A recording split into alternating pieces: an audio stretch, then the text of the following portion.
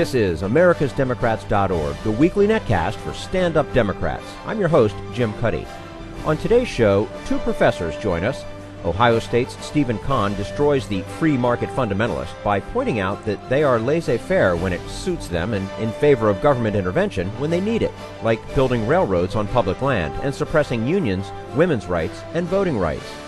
And Stanford professor Jennifer Burns is an expert on the philosophy of Paul Ryan's ideological goddess, Ayn Rand. Professor Burns says Rand's objectivism is a gateway drug to life on the right. And Bill Press talks with Ohio Senator Sherrod Brown after Biden's takedown of Ryan. Are you tired of Tea Party Republicans and Rush Limbaugh dominating the airwaves? Do you want the facts you won't get on Fox or even on CNN? Then stay tuned. Our sponsor, 21st Century Democrats, works hard to get everyday Democrats involved in returning our party to its roots and to success at the ballot box. Sit back and listen, then stand up and fight. And follow 21st Century Democrats on Facebook for all the latest progressive news. We're glad you can join us. History professor Stephen Conn's new book, To Promote the General Welfare, The Case for Big Government, takes apart the myth of a free market. He points out that there has never been a truly free market in America because the private sector routinely relies on government, from building railroads to breaking strikes to banning women's reproductive choices. And joining us today on americasdemocrats.org, the weekly netcast for stand-up Democrats, Stephen Conn is a professor and director of public history at Ohio State University. He's the founding editor of the online magazine Origins, Current Events in Historical Perspective, and editor of the book To Promote General Welfare, The Case for Big Government. Professor Stephen Conn, thanks for joining us today on americasdemocrats.org. Well, thanks so much for having me. You know, the theme of your collection of essays is that big government is good for you and always has been. What are some of the ways in which that's true? I think that the federal government from the very beginning, from the late 18th century, has played a role in building all kinds of infrastructure. Infrastructure is a word we've heard a lot about. We usually think of it in terms of things like roads and bridges, but there are many different kinds of infrastructures here. Let's think about education. Let's think about public health, communication, housing, and people's homes. That kind of infrastructure got built because the federal government played a central role in building it, and in some ways, so successfully, at least in many cases, so successfully that we really do just take it for granted. We don't recognize that policymakers, politicians before us committed themselves to making a variety of investments which we now reap the benefits of. Why is it that so many Americans believe the narrative that big government is bad and robs people of their freedom? Yeah, that's a very curious question. I think the way I think that answer may have two parts. The first is, as I said just a moment ago, we may just take this all for granted. And let me give you an example of that. Throughout the 19th century and even into the first part of the 20th century, the South was the least developed, the least economically advanced, the least educationally prepared part of the nation. And part of the reason that was true was because of a variety of diseases which were endemic to the South, including malaria. Beginning in the first part of the 20th century, the federal government, through what would become the Public Health Service, began a program of malaria eradication. And not coincidentally, therefore, the Sun Belt began to boom because people weren't swatting malarial mosquitoes anymore. Well, I suspect that very few people living in Atlanta or Birmingham or wherever it happens to be really ever pause to think anymore about the fact that whole region of the country has been free of these diseases because of the federal government. So at one level, I think we just take this for granted. I think at another level, however, the Republican Party has been much more successful at framing this question, not so much in terms of government, but in terms of taxes. Republicans are always very cagey, they're always very vague when they talk about small government, about exactly which pieces of the federal government they want to go away. Do you want the Public Health Service to go away? You want the mosquitoes back in Atlanta? No, they're not going to say that. What they're going to promise you all over and over again is, I'll lower your taxes. I'll lower your taxes. I'm going to keep cutting your taxes. Now, that's tremendously appealing. And it's particularly appealing to families that are on tight budgets and are struggling. But the flip side of that question, of course, which never quite gets asked, is what's going to suffer as a consequence of cutting those taxes? Which programs, policies, organizations, agencies are going to have to disappear or be gutted if we simply, as Grover Norquist has put it for years, starve the beast? Mm-hmm. So I think because that question has been framed in terms of taxes, not in terms of what the federal government actually accomplishes, the Republican Party has been successful. It's very clever management of the conversation. That's correct. I think that's exactly right. That's exactly right. We're speaking with Stephen Conn, professor, director of public history at Ohio State University, editor of the new book, To Promote General Welfare, The Case for Big Government. Isn't there something to be said for the Republican argument that when a government solution is necessary, it ought to be accomplished at the local level? You know, the system of governance that we have is an artifact of the late 18th century, and it has served us well for 200 plus years. But I think the founders, were they to drop down on us today, would certainly recognize that we are a vastly different nation than we were when they established it. Local control is really about having. In the 18th century, it's the government that people can see. Washington was a very isolated place. It was very far away. And people lived their lives, most of them, in a kind of isolation. You might die within about 30 miles of where you were born across most of the 19th century. Now we are an integrated continental nation. And so there are certainly problems and issues that local government needs to solve, but increasingly, as we live our lives, any one of us might have 6 different jobs in 5 different states across the course of our adult lives. That does actually mean that the greater centralization of government serves the nation that we have created.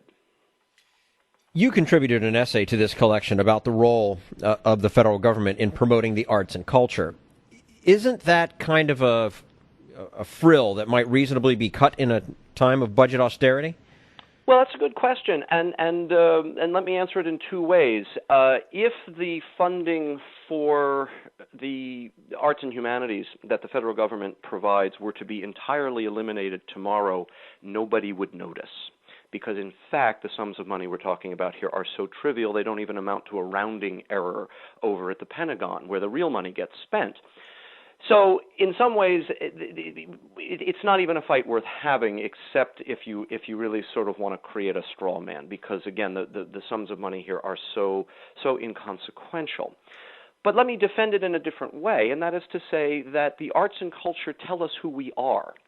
They, as a nation, as a society, as a people, and they force us to look at ourselves in ways we otherwise might not. And if we simply become a nation of people consumed by our economic questions, we will be an impoverished nation in all kinds of other ways. There are writers from, Toni Morrison and Maya Angelou to photographers like Ben Shahn and Dorothea Lange who speak to this much more eloquently than I do. But a nation that does not invest in its cultural infrastructure is a nation that doesn't really understand itself.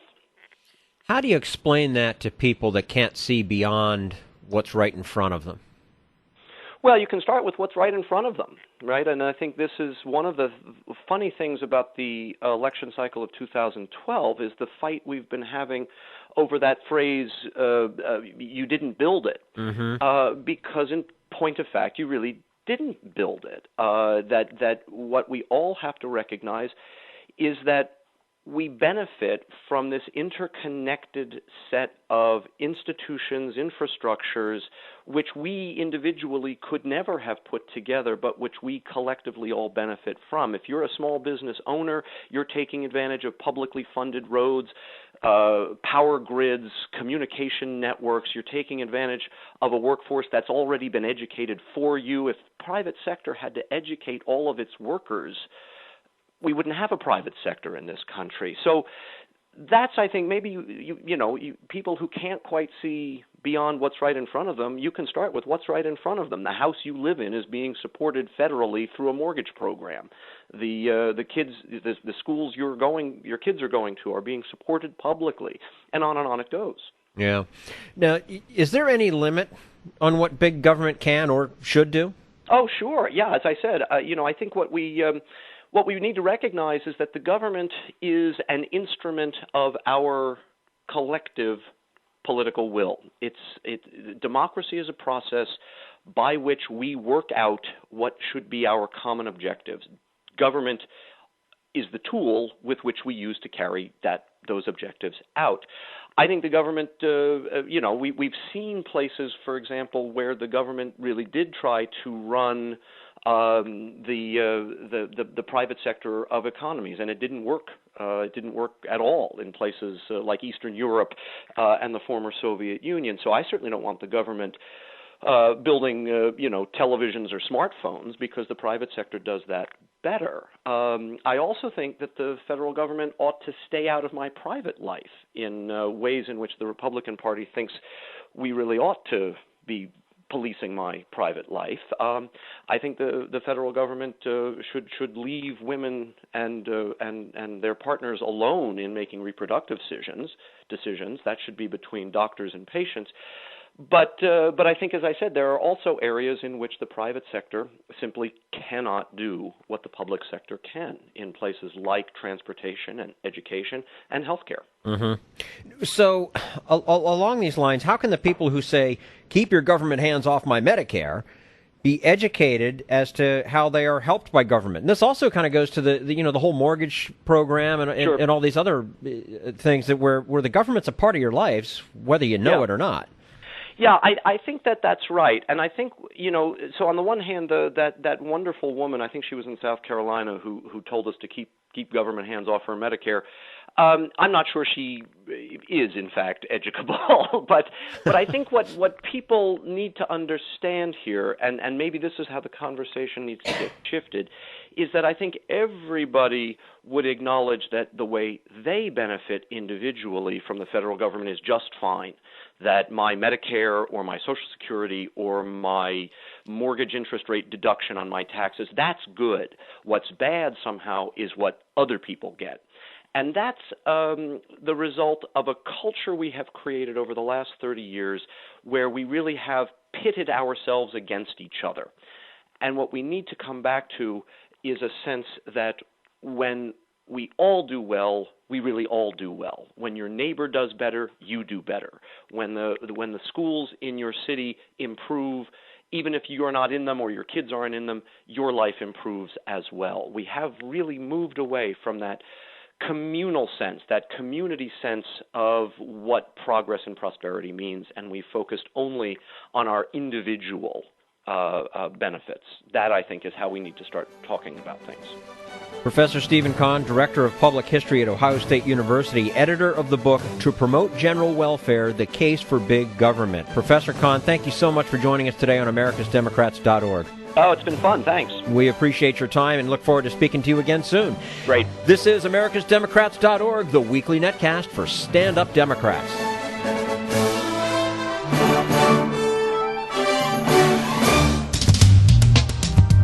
We want you to sit back and listen, but we need you to stand up and fight. Do you want to get involved and help get our party back to its roots and to success at the ballot box?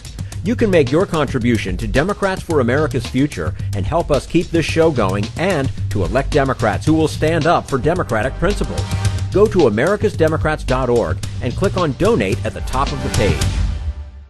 This is americasdemocrats.org, the weekly netcast for stand-up Democrats. Stanford professor Jennifer Burns is an expert on Ayn Rand, the philosopher goddess that Republican vice presidential candidate Paul Ryan so admires. But Dr. Burns says Rand might not recognize Ryan because she did not believe in the value of public service, did not believe in religion, but did believe in civil liberties. But right now, we turn to Jim Hightower, America's #1 populist, for his common sense commentary. In Mitt Romney's videoed Boca moment in a Boca Raton mansion, he candidly revealed his nasty little inner millionaire. glibly disparaging 47% of his fellow Americans, quote, who don't pay income taxes. Romney chided them as moochers who are living the life of Riley on Social Security, Medicare, and other government benefits. My job, Mitt assured his audience of fellow millionaires in the mansion, is not to worry about those people. Indeed, those people are now deemed the takers by the right-wing corporate class, while the Mitts among us naturally consider themselves the makers. That's a convenient construct by the 1% invented to rationalize their grabbing of 90% of the nation's income gains. But it's a plutocratic fantasy. The big takers, by far, are the Mittites, the corporate barons and private equity hucksters at the pinnacle of the income pyramid. They don't merely take $100 or so a month in food stamps to help make ends meet. Each of them can milk the tax code and sup at the subsidy trough for millions of dollars in annual government largesse. We saw this in action recently when Romney begrudgingly released a second year of his tax returns. Heavily obscured and manicured by his political henchmen, the amended filing shows that the privileged class is allowed to dodge its tax obligation to America by using loopholes and back-alley routes that subsidize their wealth. Structured income, trust shifting, estate planning, offshore havens, and other tricks are not even known about by regular citizens, much less available to them. This outlandish government largesse is reserved exclusively for the very, very rich. This is Jim Hightower saying, these plutocratic welfare takers living in glass mansions should not be throwing rocks at the rest of us.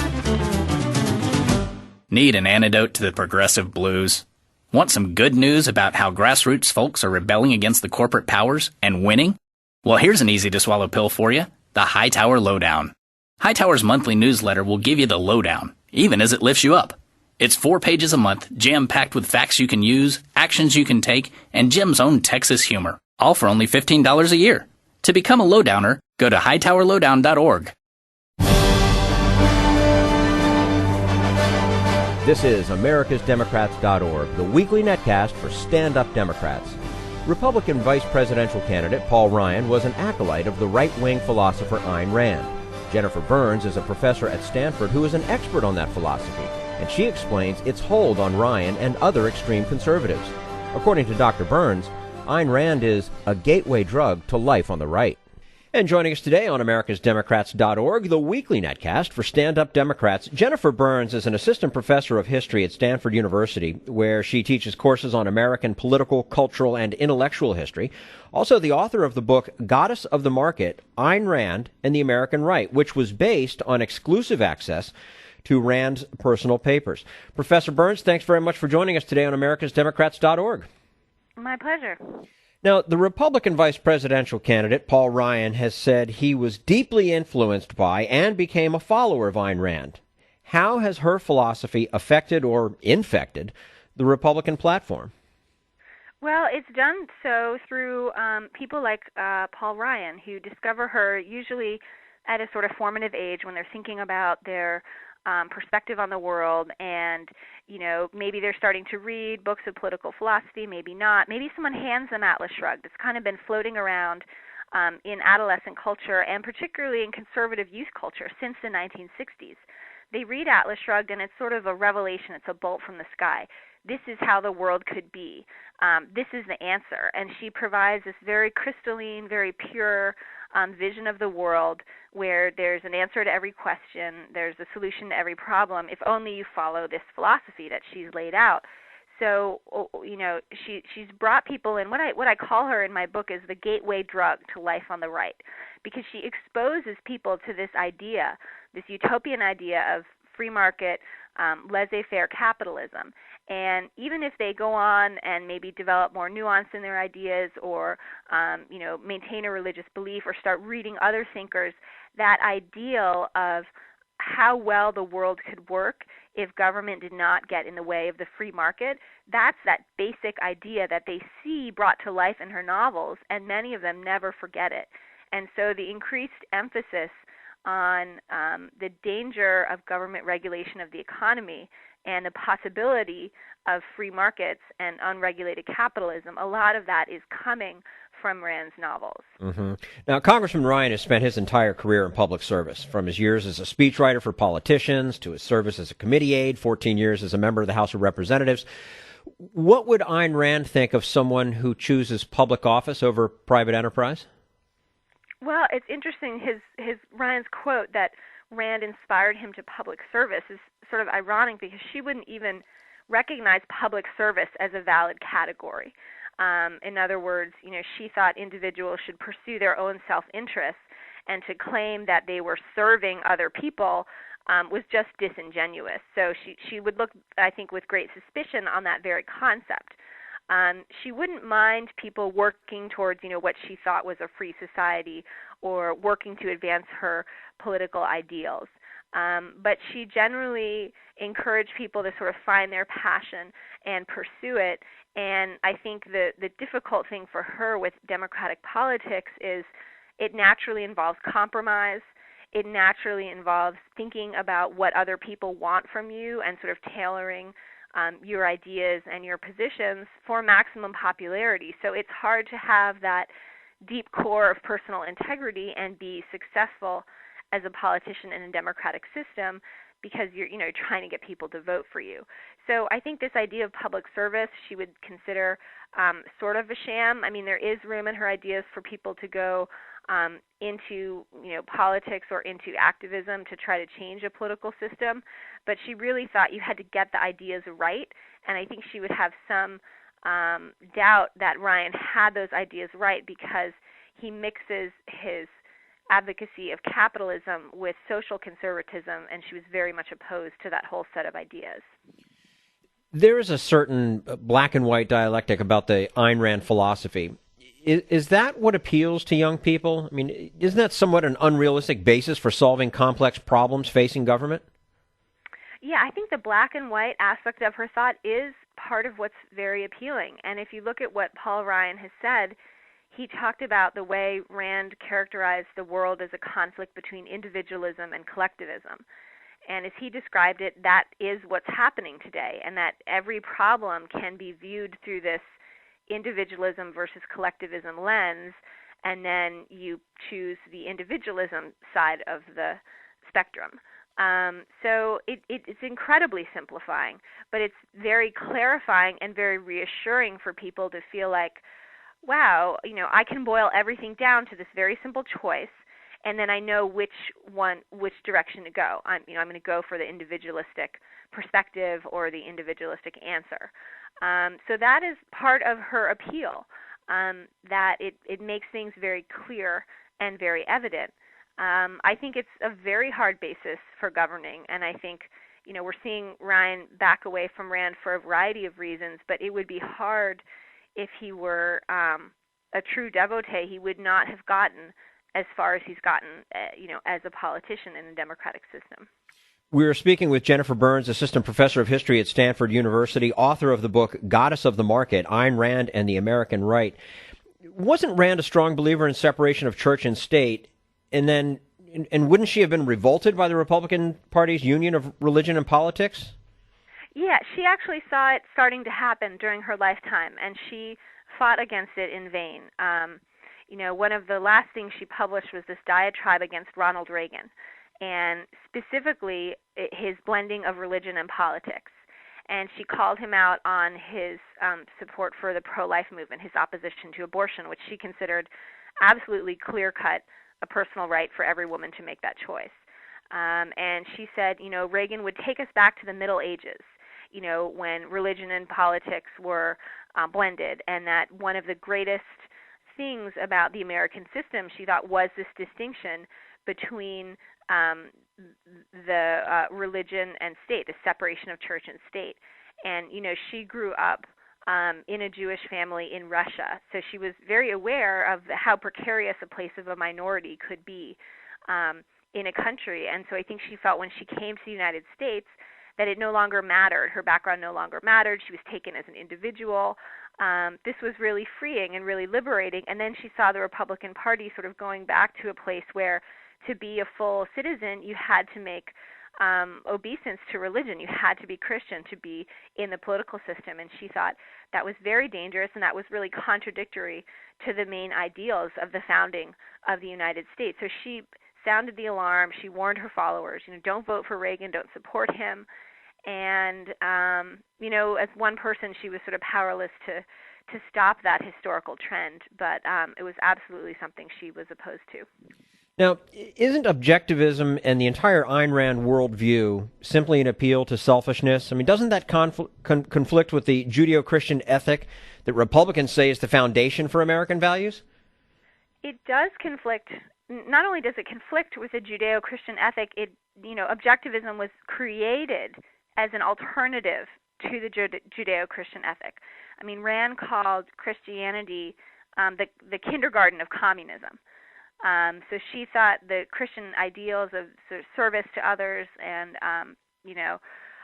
that sort of thing laid the foundation for, collective societies and even totalitarian societies, because they taught people that it was proper to give yourself up for the good of the whole rather than to look out for your own self-interest.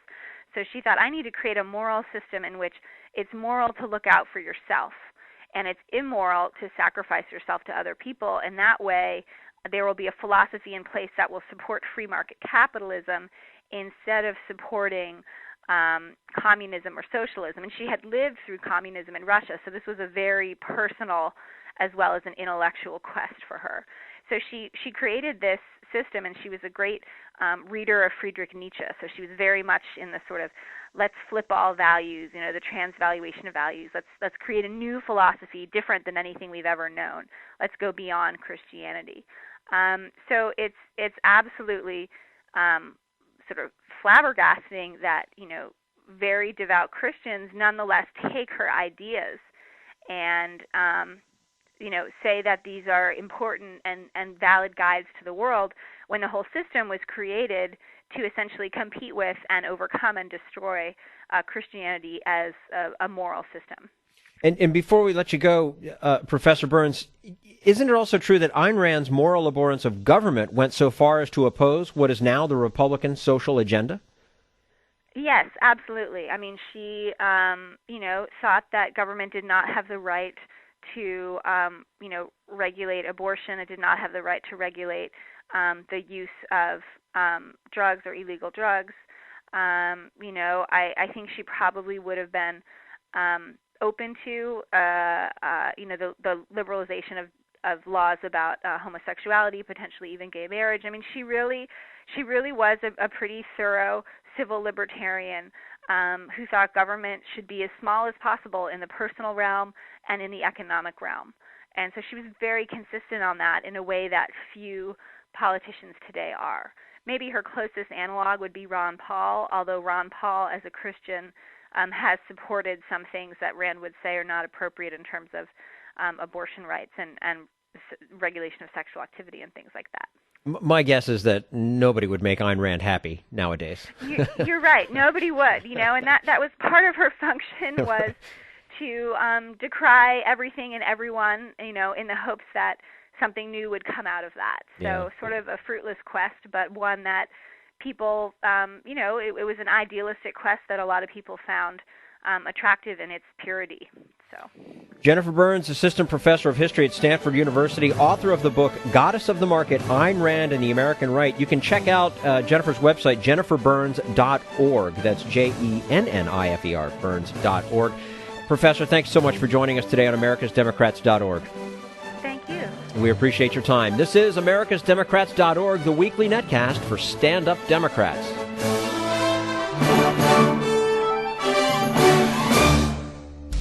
We want you to sit back and listen, but we need you to stand up and fight. Help get our party back to its roots and to success at the ballot box. Make your contribution to Democrats for America's Future to keep this show on the air and help elect stand-up Democrats. Go to americasdemocrats.org and click on Donate at the top of the page. This is americasdemocrats.org, the weekly netcast for stand-up Democrats. And now, Bill Press and Ohio Senator Sherrod Brown with a morning after analysis of the vice presidential debate. big friend of the program. He's a full-time friend of Bill here, or we're friends of Sherrod Brown's. I guess we should put it that way. That's right. Up for re-election in the state of Ohio, running a very strong race out there. How's he doing? We wanted to check in with Senator Brown this morning. Good morning, Senator. Good to talk to you again. I'll go for full-time friend of Bill Press. Jamal, how are you? I'm good. Good to talk to you this morning, Senator. So I don't know whether you had a chance with your busy schedule, Senator, to catch any of the debate last night. What do you think of the vice president's job? Watched the whole thing. My wife and I actually were just the two of us watched, and it was kind of nice because I've done some debate watch parties on the last debate, and we'll do with a group of people, just my wife and I. I thought, the reason I was sure that Biden won is because the right wing is complaining about Martha Raddatz, so that kind of summed it up to me. Yeah.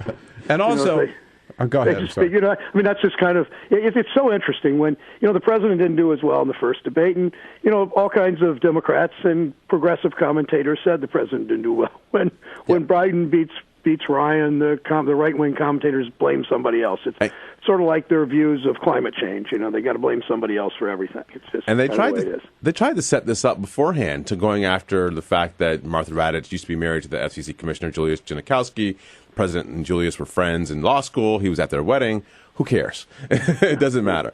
Yeah, right. The other thing is, I'll tell you another sign of it, Senator, is this morning the headline on Fox News, right, was with a picture of Vice President Biden, downright disdainful. They were the words they used. Just because anytime Paul Ryan was telling a lie, Joe Biden smiled, right? Yeah, at the beginning it was a little strange. I mean, Biden was just kind of smiling, laughing, but I was glad he toned that down because I didn't want that to be the story. The story became, I think, that Ryan's extremism, and that even though he's trying to dance a little bit to make, as Romney tries to do this center move, I guess, is what Romney's trying to do. Ryan's sort of uneasy there, and I think it just continues to emphasize that what these guys want to do to Medicare, what they want to do with tax cuts and cuts to Pell Grants and Head Start, and all in the direction they'll take the country going back. And I think that's increasingly evident. I think that's why the president has led in Ohio for, I think, the whole year in polling. And it's still ahead, I believe, the last poll. Yeah, and the president's going to win Ohio. I mean, Romney just doesn't have an answer for the auto rescue and doesn't have an answer for his collective bargaining opposition last year, and doesn't have a narrative himself that makes particularly white working class voters comfortable with him. I mean, it's, the Democrats have had problems with white working class voters because our tone nor our actions are as progressive and populist as I'd like to see, but nonetheless, that group of white working class voters, non-union voters, is not finding themselves comfortable at all with Romney. Senator E.J. Dionne had an interesting piece in the Washington Post yesterday. He's been out in Ohio talking with you, following you around a little bit. And the headline in his campaign is Sherrod Brown's Lessons for Obama, telling the world that you're running the kind of campaign that President Obama and talking about the issues that President Obama maybe ought to be talking about. Well, in Ohio at least, and I mean, it's hard for me to quarrel with the president's electoral success around the country, but I think on trade issues, on China, on labor issues, on progressive stand up for the middle class issues, I mean, nobody's better at it than Joe Biden. He's done that well. It bothers me when I see Mitt Romney try to do this China jingoism card when there are very good policy reasons that we should be more aggressive with China. Romney comes in and does this. He doesn't mean anything he's saying on China, of course, when you look at his background. But this president has been more aggressive enforcing trade rules than any president at least among the last four. And he needs to be a little more proud of that in Ohio and take more credit for that and move a little stronger on the currency issue, because the ticket to middle class in Ohio for so many people is a good paying manufacturing job. It's not everything, but we're a manufacturing state. We states like Ohio, in a sense, won World War II for this country and created the middle class in the 50s and 60s, and we should wear that with more pride than we do. Well, Senator, this is Jamal. I grew up next door in Michigan. I grew up I'm a Detroit kid. And so I got a bunch of family in Cleveland and Cincinnati and all over that state. So don't worry, I'm telling them to vote. Okay. But I hear that you're facing a bit of the onslaught from some of the super PACs. Tell me how that's going with every the time ads we there. talk to the senator, the total that he's been sending against you goes up, right?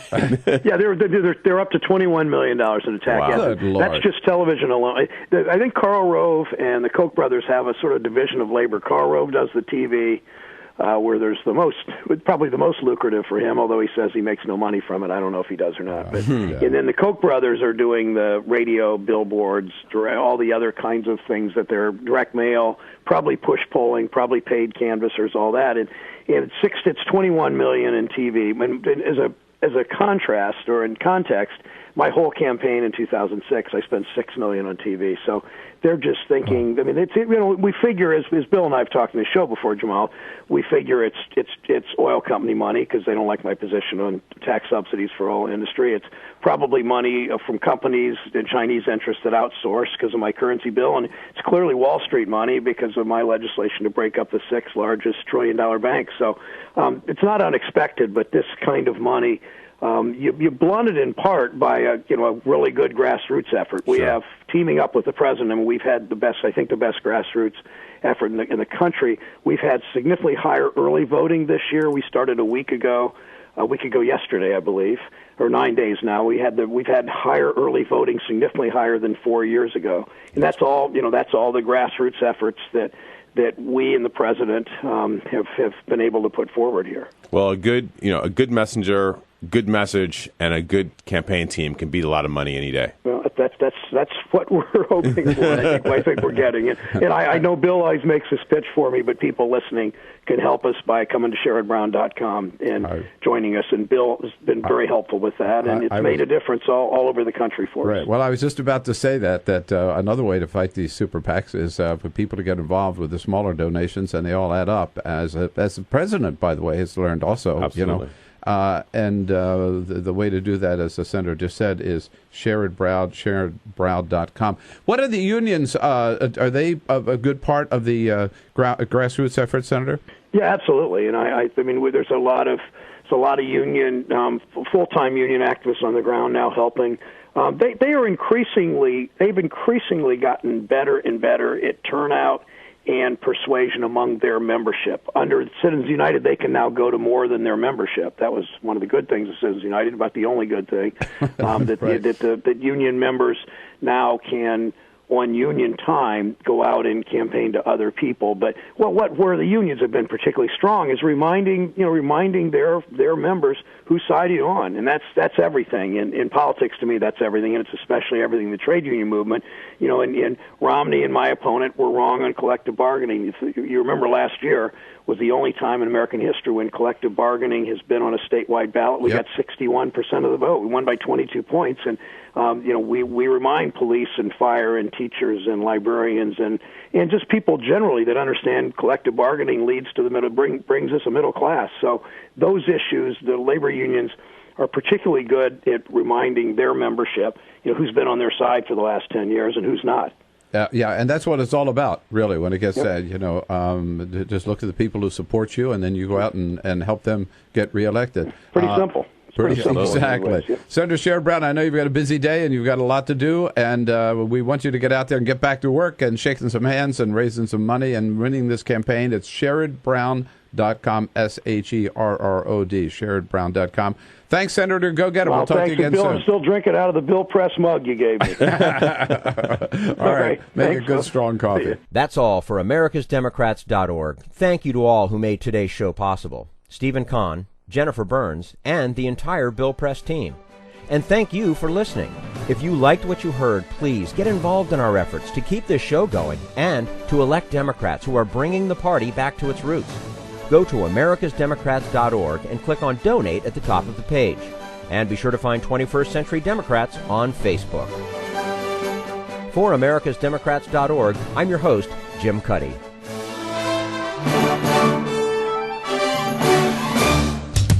We want you to sit back and listen, but we need you to stand up and fight. Join us. Support the show and help elect Democrats who will stand up for democratic principles with your contribution today. Go to americasdemocrats.org